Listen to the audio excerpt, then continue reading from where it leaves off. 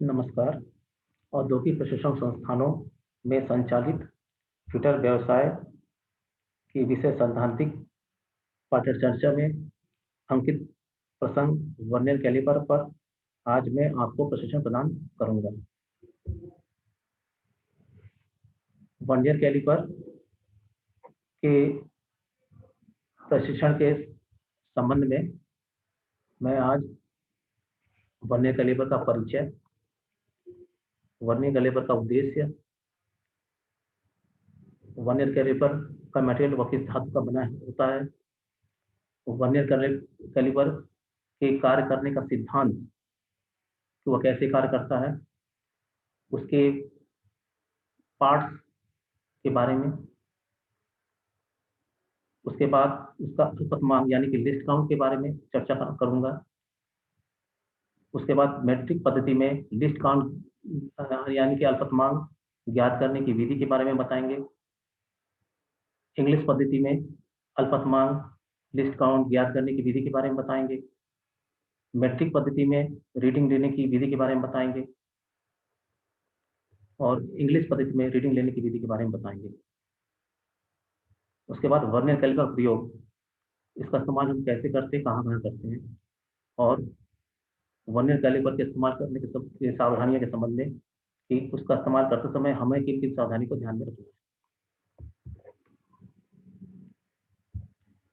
सबसे पहले मैं वर्नियर कैलिपर के परिचय के बारे में चर्चा करूंगा। वर्नियर कैलिपर एक प्रकार का सूक्ष्म मापी उपकरण है जिससे किसी जाप को इंच के 1000 में यानी कि 1.001 इंच तथा मिलीमीटर के 50वें भाग यानी कि 0.02 मिलीमीटर के सूक्ष्मता में माप ले सकते हैं। ये इसका प्रयोग बाहरी, अंदरूनी और गहराई की माप लेने के लिए हम लोग करते हैं। वर्नियर कैलिपर का आविष्कार फ्रांस के पेरी वर्नियर नामक व्यक्ति ने 1630 में किया था। यह मैट्रिक इंग्लिश दोनों पद्धति में माप लिया जा सकता है। मैट्रिक पद्धति में वर्नियर कैलिपर साधारणतया 150 मिलीमीटर या 300 मिलीमीटर की रेंज में एवं इंग्लिश पद्धति में यह 6 इंच 12 इंच के साइज में पाए जाते हैं। अब वर्नियर कैलिपर का उद्देश्य, वर्नियर कैलिपर के बारे में जानकारी प्राप्त करना। इसकी सहायता से हम किसी चाप को 0.02 mm या 0.001 इंच के तक के परिशुद्धता में माप लेने की जानकारी प्राप्त करना ही ये हम लोगों का पहला उद्देश्य है। वर्नियर कैलिपर के बाद उपयोग के बारे में जानकारी प्राप्त करना कि हम इसका इस्तेमाल कैसे करते हैं और कहाँ करते हैं।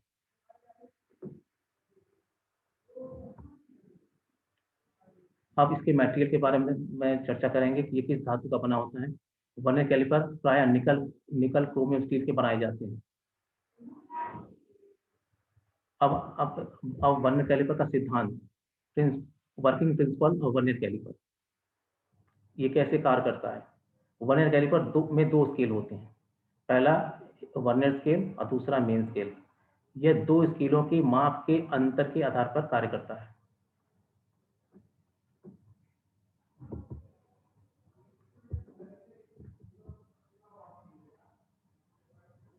अब वर्नियर कैलिपर के पार्ट्स के बारे में चर्चा करेंगे।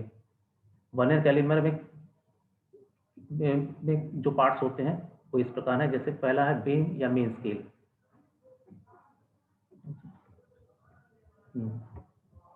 जैसे ये है, ये बीम है, इस पर नीचे मिलीमीटर के निशान है, ऊपर जो इंच के ग्रेजुएशन की ये बने हुए होते हैं। तो नीचे वाला है मैट्रिक सिस्टम है, ऊपर वाला जो है इंग्लिश सिस्टम या ब्रिटिश सिस्टम जो भी कह सकते हैं इसको, ये सिस्टम में बना हुआ है।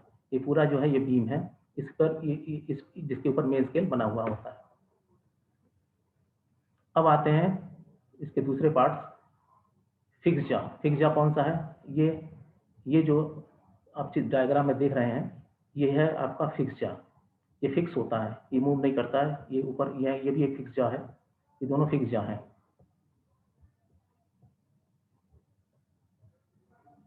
ये जो बीच में गैप है, इसकी सहायता से हम जार को पकड़ते हैं और उसकी रीडिंग लेते हैं। अगला है मूवेबल जार। मूवेबल जार है ये, इसका मूवेबल जार है, ये स्लाइड करता है, इसको हम आगे पीछे सरका सकते हैं। ये ऊपर वाला जो है ये भी मूवेबल जार है, इसको हम आगे पीछे स्लाइड कर सकते हैं और अपने जरूरत के हिसाब से हम मेजरमेंट ले सकते हैं। अब आते हैं वर्नियर स्केल पर। यह है आपका वर्नियर स्केल, ये नीचे दिख रहा है, ये आपका वर्नियर स्केल है। ये वर्नियर स्केल ये पूरी इसको स्लाइड करता है, ये किसी भी पोजीशन में इसको हम सेट कर सकते हैं। अब आते हैं fine adjusting unit. Fine adjusting unit कौन सा है? ये आप चित्र में देख रहे हैं, ये जो हिस्सा है यहाँ से नीचे तक बना हुआ है, ये फाइन एडजस्टिंग यूनिट है। फाइन, इसकी सहायता से जो हम जो है लॉकिंग स्क्रू को लॉक करके किसी भी मेजर को बारीक तरीके से ले सकते हैं।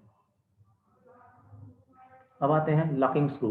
ये ऊपर का लॉकिंग स्क्रू है, ये भी लॉकिंग स्क्रू है। हम कोई रीडिंग अगर लेते हैं, लेने के बाद उसको हम उसको लॉक कर देते हैं।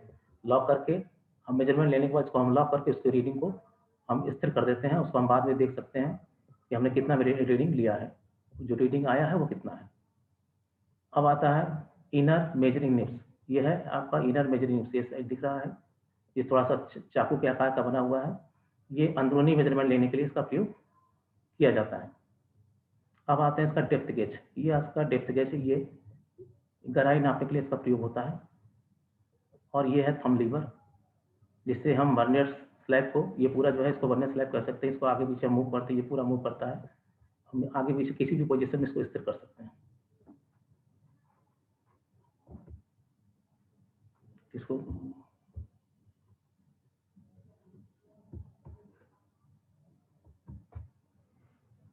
जैसे हमने पहले बताया है, पहला जो इसका पहला पार्ट है बीम या मेन स्केल। ये एक चौड़ी धातु की पट्टी होती है जिस पर मुख्य स्केल बने होते हैं। इस पर एक तरफ मिलीमीटर के और दूसरे ओर इंच के ग्रेजुएशन बने होते हैं। वर्नियर स्लाइड और depth beam, vernier slide depth beam जो है, depth gauge sorry vernier slide depth gauge beam के साथ संलग्न होते हैं और ये बीम पर स्लाइड करते हैं, यानी आगे और पीछे हम इसको किसी पोजीशन में स्लाइड करके मेजरमेंट ले सकते हैं। फिक्स जार यह बीम का अंग है जिसमें दो जबड़ों द्वारा आंतरिक तथा बाहरी माप को लिया जाता है।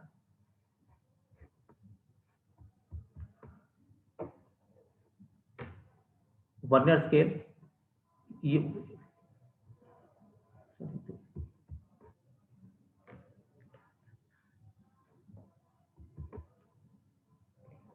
यह दूसरी स्केल है जो मूवेबल जॉब के साथ फिक्स होती है। साधारणतः वर्नियर स्केल मेन स्केल के एक भाग से कम ग्रेजुएशन तक की बनी होती है। इसमें मेन स्केल का एक भाग और वर्नियर स्केल के एक भाग के माप के अंतर से अल्पतमांक यानी कि लिस्ट काउंट ज्ञात किया जाता है। अब अगला है फाइन एडजस्टिंग यूनिट, जो हमने डायग्राम में दिखाया है। सूक्ष्म एवं शुद्ध माप लेने के लिए यह है फाइन एडजस्टिंग यूनिट। एक नट लगा हुआ है, ये इसको हम लॉक कर देते हैं। लॉक करके इसको घुमा के हम इसको बहुत बारीक मेजरमेंट को बहुत सूक्ष्मता के साथ हम आगे पीछे करके इसकी रीडिंग हम ले सकते हैं। ये जो पूरा ये है, इसको हम फाइन एडजस्टिंग यूनिट कहते हैं।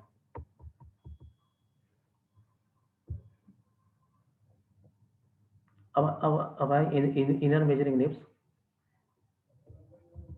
जैसा कि हमने दिखाया, ये इनर मेजरिंग निब्स है, दो थोड़ा सा ये चाकू के आकार का बना हुआ है। तो इसलिए बना होता है कि हम किसी छोटे से जगह में भी मेजरमेंट को हम ले सकें।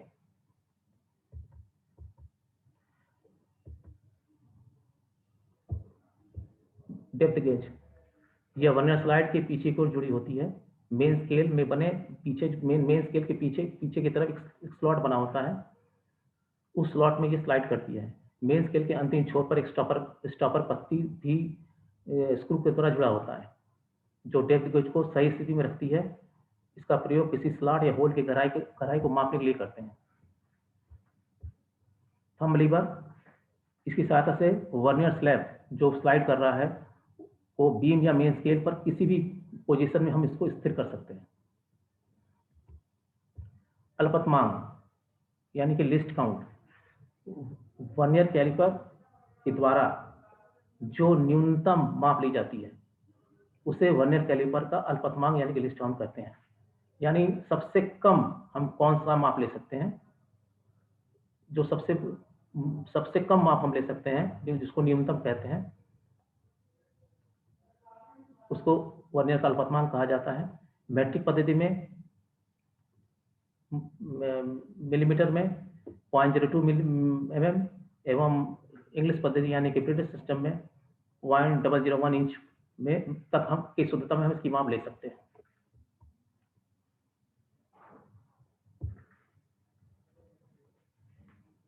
मैट्रिक पद्धति में वर्नियर कैलिपर का अल्पतमांक ज्ञान करने की विधि, यानी हम लिस्ट काउंट को कैसे निकालेंगे इसके बारे में मैं आज जानकारी दे रहा हूं। पहली विधि, जिन वर्नियर कैलिपर के मेन स्केल पर मिलीमीटर के निशान अंकित होते हैं वहां मेन स्केल के 49 मिलीमीटर की दूरी को वर्नियर स्केल पर 50 बराबर भागों में बांटा गया है। जैसे मेन स्केल का एक भाग 1 मिलीमीटर हो गया, मेन स्केल का 49 मिलीमीटर हुआ। ठीक उसी तरह वर्नियर स्केल का 50 भाग बराबर मेन स्केल का 49 भाग, यानी वर्नियर का जो 50 डिवीजन है वो उसकी भी दूरी 49 mm है और वो वर्नियर के 49 डिवीजन के बराबर है। इसलिए वर्नियर स्केल का एक भाग हम कैसे निकालेंगे, 49/50। तो अब आया वर्नियर स्केल का एक भाग 49/50 हुआ, वो बराबर हो गया 0.98 mm, यानी 1 मिलीमीटर से कम हुआ। इसलिए लिस्ट काउंट बराबर मेन स्केल का एक डिवीजन माइनस उसको घटाएंगे वर्नियर स्केल के एक डिवीजन के मान से। चूंकि मेन स्केल का एक डिवीजन का मान 1 mm है और वर्नियर का हमने अभी कितना निकाला है 0.98, इसको हम घटाएंगे तो हमारा लिस्ट काउंट आ गया 0.02 mm।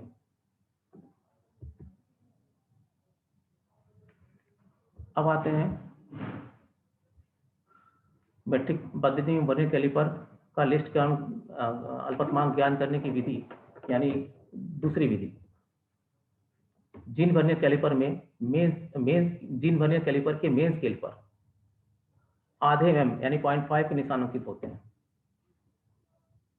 उस वर्नियर स्केल पर मेन स्केल के 24 भाग यानी 24 भाग 12 मिलीमीटर की दूरी को वर्नियर स्केल पर 25 बराबर भागों में बांटा गया है। जैसे मेन स्केल का एक भाग हाफ मिलीमीटर यानी आधा 0.5 मिलीमीटर, मेन स्केल का 24 भाग बराबर हुआ 12/24 यानी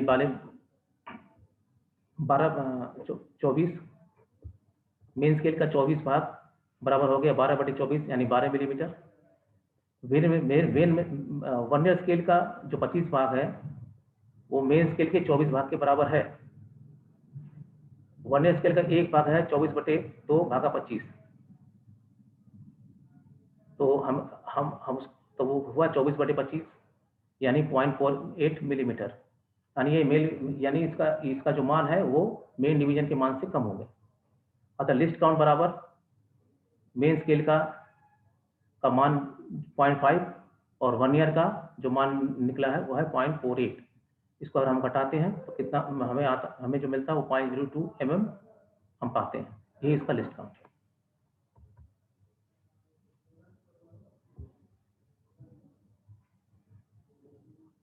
अब इंग्लिश पद्धति में वर्नियर कैलिपर का लिस्ट काउंट निकालने की विधि के बारे में हम थोड़ा चर्चा करेंगे। इस पद्धति में वर्नियर स्केल के 1 इंच की दूरी को 10 बराबर भागों में बांटा गया है, जिसे हम मेन डिवीजन कहते हैं। अर्थात एक मेन डिवीजन बराबर 1/10 यानी 0.1 इंच। अब प्रत्येक मेन डिवीजन को पुनः 4 बराबर भागों में बांटा गया है, जिसे सब डिवीजन कहते हैं। इस प्रकार एक सब डिवीजन बराबर हम 1/40 इंच यानी कि 0.025 इंच इसका मान हुआ।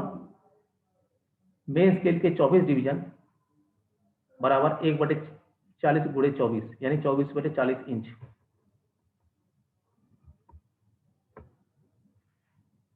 क्योंकि वर्नियर के 25 डिवीजन बराबर मेन स्केल के 24 डिवीजन के, 24/40 इंच। इसलिए वन ईयर का एक डिवीजन का मान 24/40 को भागा 25 बराबर 0.024 इंच। इसे लिस्ट काउंट बराबर 1 मेन डिवीजन, यानी एक मेन डिवीजन बराबर एक वन ईयर डिवीजन से एक। अब हम उसको घटाएंगे, 1 मेन डिवीजन का मान हमें मिला है हमारे पास 0.025 इंच, माइनस घटाएंगे 0.024 इंच बराबर 0.001 इंच। ये इसका लिस्ट काउंट है। इंग्लिश पद्धति में वर्नियर कैलिपर का अल्पतमांक लिस्ट काउंट ज्ञात करने की विधि, अंग्रेजी में इसको लिस्ट काउंट कहते हैं। ये दूसरी विधि है। इस विधि में जिन वर्नियर कैलिपर के मेन स्केल के 49 डिवीजन की दूरी को वर्नियर स्केल पर 25 डिवीजन में बांटा गया है। चूंकि एक मेन स्केल डिवीजन बराबर 1/40 यानी कि 0.025 इंच, इसलिए 49 मेन स्केल डिवीजन बराबर हो गया 1/40/49 यानी 49/40 इंच। चूंकि वर्नियर का 25 डिवीजन बराबर मेन स्केल के 24 डिवीजन के, वर्नियर के 25 डिवीजन बराबर मेन स्केल के 49 डिवीजन के बराबर हो गया आपका 49 यानी कि 49/40 इंच। इसलिए वर्नियर का एक डिवीजन बराबर 49/40 भाग 25 बराबर 49/1000 यानी 0.049 इंच। अब हम जानते हैं कि वर्नियर का एक डिवीजन मेन स्केल के एक डिवीजन से बड़ा है, वर्नियर का एक डिवीजन मेन स्केल के एक डिवीजन से बड़ा है तथा 2 डिवीजन से कुछ कम है। अर्थात मेन स्केल का जो 2 डिवीजन है 1/40/2 यानी कि 0.05 इंच। इसलिए लिस्ट काउंट बराबर जो होगा मेन स्केल के 2 डिवीजन का मान माइनस उसको घटाएंगे वर्नियर स्केल के एक डिवीजन के मान से। तो यहाँ पर हो गया 0.5 माइनस 0.049 इंच बराबर 0.001 इंच।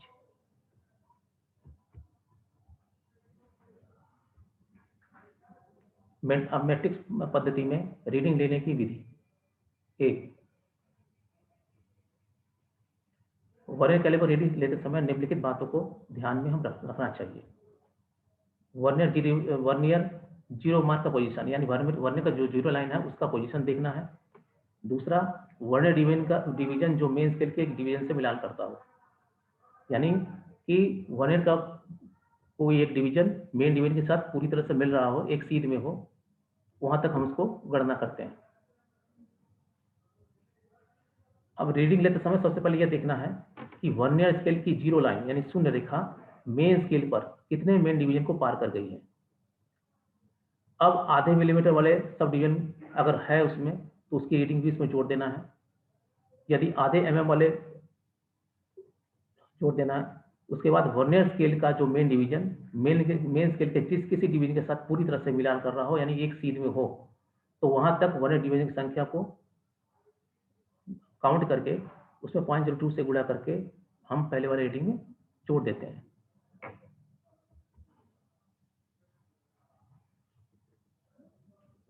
क्योंकि वर्नियर कैलिपर द्वारा रीडिंग के समय निम्नलिखित बातों को ध्यान रखना अति आवश्यक है।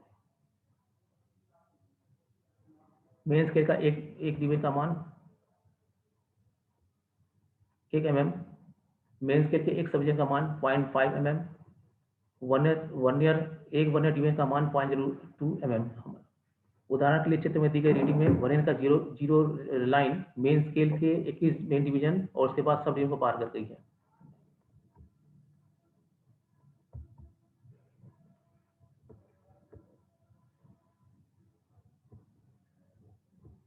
यहाँ पे देखिए ये जो है ये 2 दिख रहा है, ये है 20 mm, ये है 0.5, ये आपका 21 है, 1 mm का ये ग्रेजुएशन है, उसके बाद ये 0.5 है। तो इसकी ये जो वर्नियर की जीरो लाइन है ये वर्नियर स्केल है, ये मेन स्केल है। ऊपर आप देख रहे हैं ये मेन स्केल है, ये वर्नियर स्केल है। तो वर्नियर की जो जीरो लाइन है वो किसको कहाँ तक गई है, वो मेन के 20, यहाँ पे देखिए 21.5 यानी 21.5 को ये पार कर चुकी है। उसके बाद अब हमें ये देखना है मेन स्केल की जो रीडिंग होगी वो क्या होगी कि देखिए यहाँ पर 21.5 हमको यहाँ मेन स्केल से मिल गया, लेकिन ये अभी इसके बीच में है, ये दूरी हम यहाँ मेन स्केल से नहीं ले पा रहे हैं, इसको हमें वर्नियर स्केल से लेना है। तो हमें ये देखना है कि वर्नियर स्केल की कौन सी रेखा मेन स्केल की किसी एक रेखा से पूरी तरह से मैच करें। देखिए यहाँ पे 15 के बाद 16वीं रेखा ये जो है पूरी तरह से एक सीध में है, यानी वर्नियर की 16वीं रेखा जो है वो मेन स्केल के एक रेखा के साथ पूरी तरह से मिल गई है। तो फिर हम क्या करेंगे कि ये चूंकि हमें पता है कि वर्नियर के एक डिवीजन का मान 0.02 mm है, तो हम इसमें 16 गुणे 0.02 करेंगे, यानी 0.32 21.5 के साथ जोड़ देंगे। तो चित्र में वर्नियर स्केल की कुल रेटिंग हो गई आपकी 21.82 mm।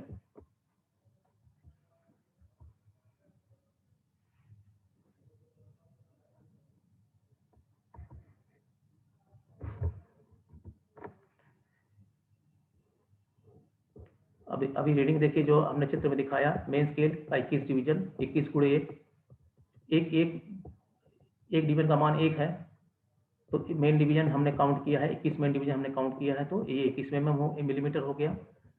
मेन स्केल का एक सब डिवीजन का मान कितना है 0.5, तो हमने वहां से हमको 0.5 मिला। उसके बाद वर्नियर स्केल का 16वीं डिवीजन यानी 16 गुणे 0.02 बराबर 0.32 mm।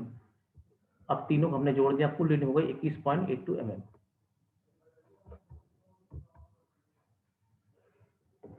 इंग्लिश पद्धति में वर्नियर कैलिपर की रीडिंग लेने की विधि के बारे में थोड़ा हम जानने की कोशिश करेंगे।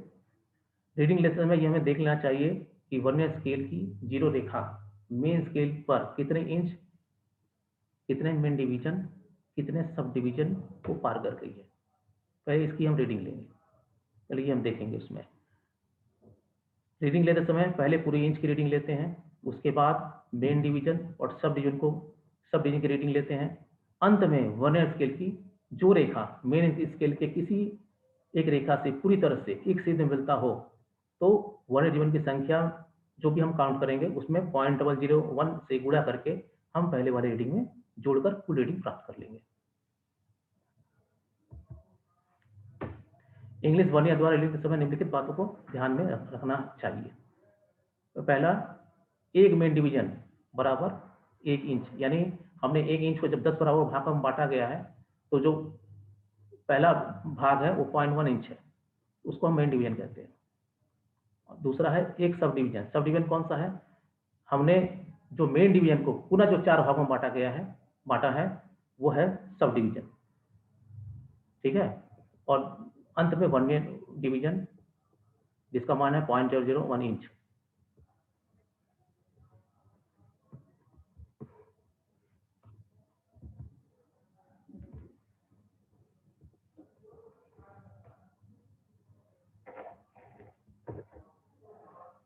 चित्र में इंग्लिश वर्नियर कैलिपर की रीडिंग दी गई है,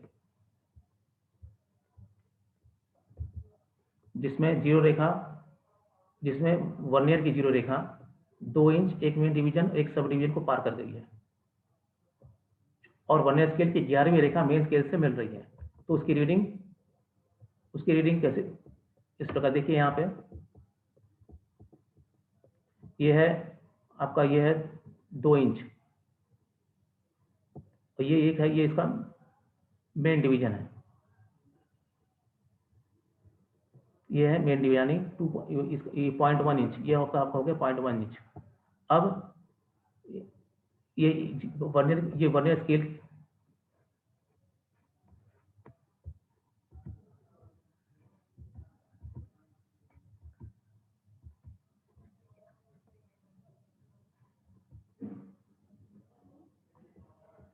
अब ये यहाँ पे देखिए, ये जो मेन स्केल है, इस मेन स्केल में ये 2 इंच के बाद ये है 0.1 इंच, उसके बाद ये मेन डिवीजन है, उसके बाद एक सब डिवीजन, यानी ये एक डिवीजन जो है इसको वर्नियर की जीरो लाइन पार कर चुकी है।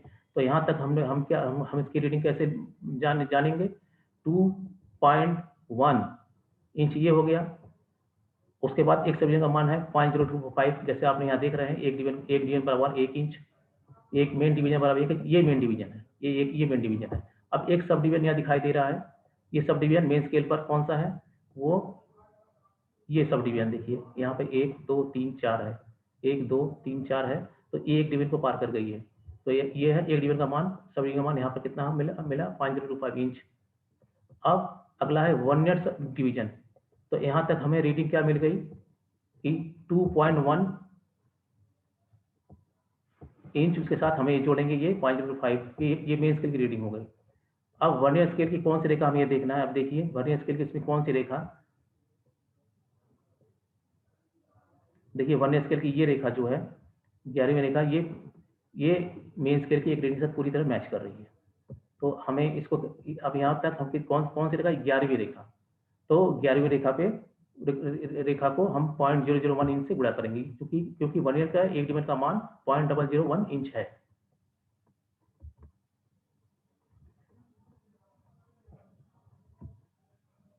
अब चित्र में इंग्लिश वर्नियर कैलिपर की रेटिंग जो दी गई है, इसमें जीरो रेखा 2 इंच, एक मान डिवीजन एक सब डिवीजन को पार कर गई है, और वर्नियर स्केल की 11वीं रेखा मेन स्केल से मिल रही है। तो रीडिंग इस प्रकार वही रीडिंग हमने दिखाया है। ये रीडिंग देखिए 2 इंच, यानी 2/1 2 इंच हो गया। एक मिलीमीटर का मान 0.1, और एक सब डिवीजन का मान है 0.02 इंच बराबर, ये हो गया 0.025 इंच।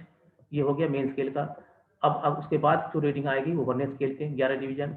तो 11 डिवीजन को हमने 0.001 से क्यों गुणा किया, क्योंकि उसके एक डिवीजन का मान 0.001 इंच है, इसलिए हो गया 0.011 इंच।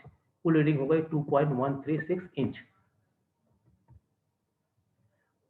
वर्नियर कैलिपर का प्रयोग के बारे में थोड़ा चर्चा करेंगे। इसका प्रयोग हम कहाँ करते हैं और कैसे करते हैं। इसका प्रयोग किसी भी जाप को या किसी भी कंपोनेंट के बाहरी माप, अंदरूनी माप, गहराई के माप को चेक करने के लिए करते हैं। अब जैसे चित्र में दिखाया गया है, देखिए ये एक ऑब्जेक्ट है। हाँ, अब ये जो जॉ है, देखिए इसके जरिए हम बाहरी माप लिया जा रहा है, और रीडिंग को यहाँ से हम काउंट करेंगे। ये 12 माप लेने का ये तरीका है, इसको बाहरी माप कहते हैं। ये किसी भी जाप को हम बाहरी हिस्से के मेजरमेंट को लेते हैं। अब दूसरा है, ये है अंदरूनी माप। देखिए ये गोल व्यास है जो है, ये एक होल है, इसकी भीतरी माप को हम इसके इनर लिप से इसका हम माप ले रहे हैं, और इसकी रीडिंग को हम काउंट करके यहाँ से हम काउंट करते हैं। पहले इसको लॉक कर देंगे, रीडिंग को लॉक करके हम इसके माप को ले लेंगे, और ऐसे भी हम देख सकते हैं। अब अगला है, देखिए जो हम गहराई वाली माप कह रहे थे, ये है, ये देखिए भीतर एक स्लॉट बना हुआ है, ठीक है, और स्लॉट को यहाँ से नीचे तक की गहराई को, यहाँ से नीचे तक की जो गहराई है, इसकी मेजरमेंट हम इस तरह लेते हैं। सावधानियां, वर्नियर कैलिपर का प्रयोग करते समय कुछ सावधानियों को आपको बरतना है। पहली सावधानी क्या है, वर्नियर कैलिपर का प्रयोग करने से पूर्व उसकी शून्य त्रुटि यानी कि जीरो एरर अवश्य देख लेना चाहिए। अगर हम इसको चेक नहीं करेंगे और उसमें कुछ त्रुटि रह जाएगी तो मेजरमेंट हमारा गलत आएगा और कोई भी रीडिंग हमारी सही नहीं आएगी। दूसरा है, वर्नियर कैलिपर को कटिंग टूल के साथ कभी नहीं रखना चाहिए, रखते समय सावधानी बरतना हो इसको, क्योंकि ये सूक्ष्म मापी यंत्र है, इसलिए इसको रखते समय सावधानी बरतनी चाहिए, और इसको बिल्कुल अलग करना चाहिए। कटिंग टूल वगैरह को ऐसा कुछ ना रहे जो जिसकी वजह से इस इंस्ट्रूमेंट को नुकसान पहुंच सकता है। तीसरा है, वर्नियर कैलिपर प्रयोग कभी भी किसी घूमते हुए चाप पर नहीं करना चाहिए, यानी कि अगर कोई मशीन चल रही हो, उस पर चाप बंधा हो और हम चाह रहे हैं कि उसको थोड़ा देख लें, तो वो ऐसा काम कभी नहीं करना चाहिए। कभी भी घूमते हुए जॉब पर इसका प्रयोग नहीं करना चाहिए। अगर उसको चेक करना है तो उसको खोल के उस पर उसकी रीडिंग लेने के बाद उसका प्रयोग करना चाहिए। तीसरा है, वर्नियर कैलिपर को स्नैप गेज की तरह प्रयोग में नहीं लाना चाहिए। जिस तरह हम लोग गेज का प्रयोग करते हैं उस तरह इसका प्रयोग भी नहीं करना चाहिए। और उसके बाद है, कम प्रकाश में, अगर मान लें कहीं लाइट की कमी है, आपको शुद्ध रीडिंग लेना तुम्हारी दिक्कत होती है, तो रीडिंग इतनी बारीक होती है, कभी कभी उसमें देखने में थोड़ा सा एरर आ जाता है, तो उसके लिए हमें मैग्नीफाइंग ग्लास का प्रयोग करना है, करके उसके शुद्ध रीडिंग को लेना है।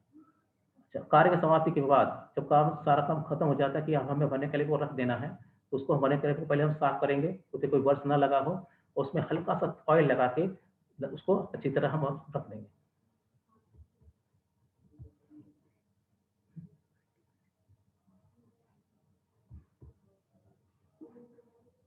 आशा है आप लोग जो जो हमने जानकारियां दी हैं उससे आप लोग समझ गए होंगे। धन्यवाद।